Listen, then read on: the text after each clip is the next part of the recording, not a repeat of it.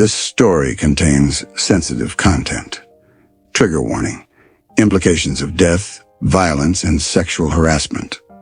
By the time the fisherman finds me, I will have been dead for 33 hours, 6 minutes, and 29 seconds. 18 hours since the police declared me missing. 15 hours since Zoe told my biology teacher that my tent was empty, that I hadn't returned from the party we'd snuck out to the night before. Careful, quiet, every twig a possible snitch.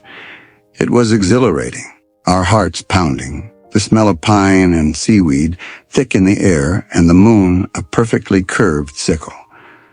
Zoe held my sweaty hand and didn't let go until we'd passed the tents and joined the others by the lake. The music on someone's phone was turned down just low enough for us to make out Billie Eilish's raspy voice. One of the guys offered us a beer, kept cool in the pitch-black, lurking water.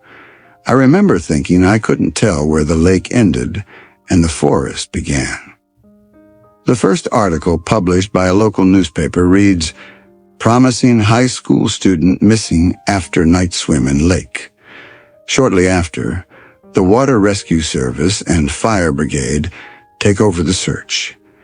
Dogs comb the area, their noses trailing through the damp earth.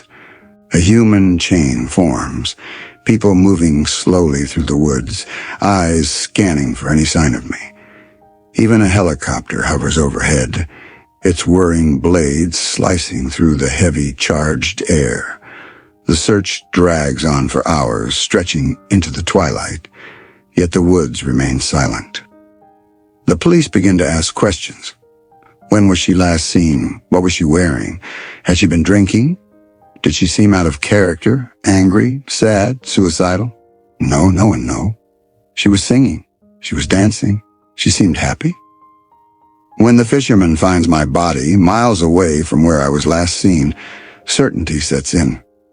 The autopsy reveals a hematoma on my head and purple spots behind my ears. The coroners examined the water in my lungs and confirmed that I wasn't dead before entering the water. I died by drowning. My classmates are questioned again. Zoe claims to have left early, while I stayed behind with her twin brother Tom, who has been in love with me since middle school. Tom's behavior strikes the police as odd. He insists he barely spoke to me, despite people seeing us leave the party together for a few minutes. When my body is examined, traces of Tom's skin are found on my clothes, trapped between the fabric layers. Still, Tom sticks to his story, perhaps because the truth would embarrass him for some reason. Or maybe he's just afraid of the questions that would follow and the scrutiny that might come with them. Tom is right, in the broadest sense. We really only exchanged 3 or 4 sentences that night, but only because Tom's mouth was otherwise occupied with me. I had enjoyed every second of it, and looking back, I wish I'd given him a real chance. But I was too worried about what other people might think. So as usual, I brushed him off, leaving him to walk away from the party feeling hurt. Cassandra insists she heard Zoe and me arguing that night, just before Zoe headed back to the campsite. According to her, we were fighting over Tom. Of course she would say that. What else would 2 girls argue about, if not a boy? Cassandra even claims that Zoe pushed me, though Zoe denies it vehemently. She denies discussing Tom at all, insisting it was about something else, something that wouldn't come to light until much later, when our biology teacher became a suspect. But Cassandra holds firm to her version. The thing about Cassandra is that she's always been a shadow. The kind of girl whose name teachers forget after 2 weeks of spring break. Kelly? Cindy? Carrie? Something with AC though, right? So when she finally gets the chance to talk to the police and be part of the investigation, she jumps at it.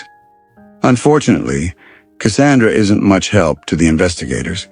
She leaves the party at 2 a.m., just 40 minutes before I die, leaving me alone with a group of guys who brought along some tranquilizers.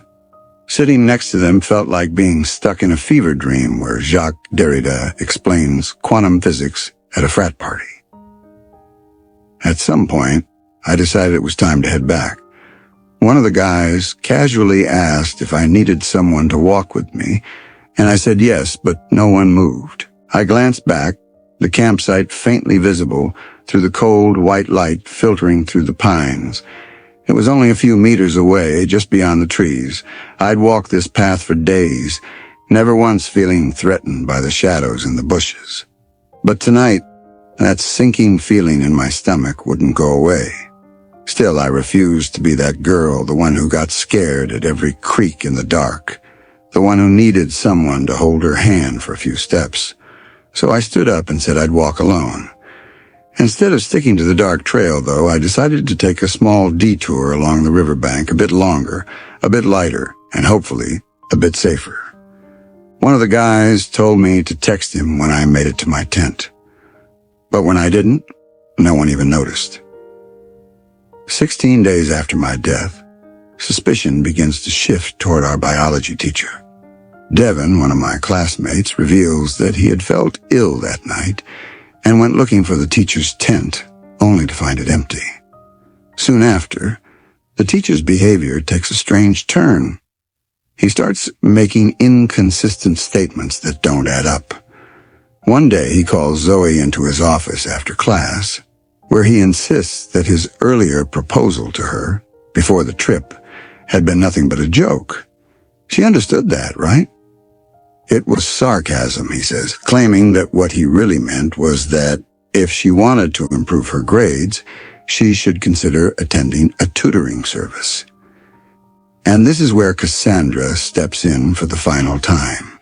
She confesses that she visited our biology teacher after the party and that they went to the boathouse, where, according to her, nothing bad happened.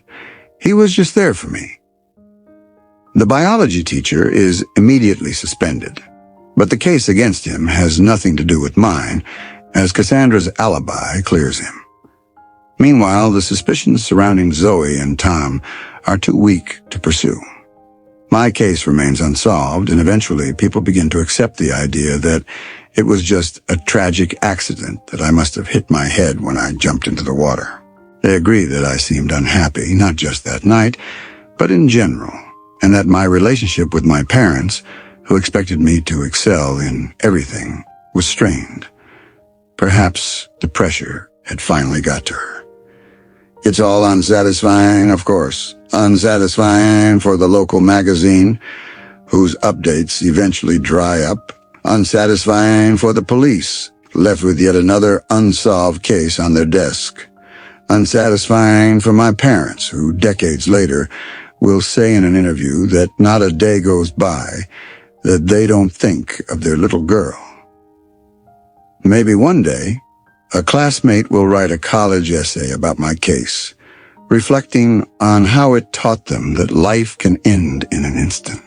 Maybe my story will end up on a true crime podcast, or perhaps Netflix will stretch it into a tightly structured 8-episode miniseries, where my body is discovered just 3 minutes in enough time for viewers to decide if they'll keep watching. Or maybe none of this happens, and I'll fade away like countless other women who are silenced every day simply for being born the wrong sex. It doesn't matter who profits from my story. It doesn't even matter if they eventually find the 2 men I crossed paths with on my way back to the campsite, in the wrong place at the wrong time.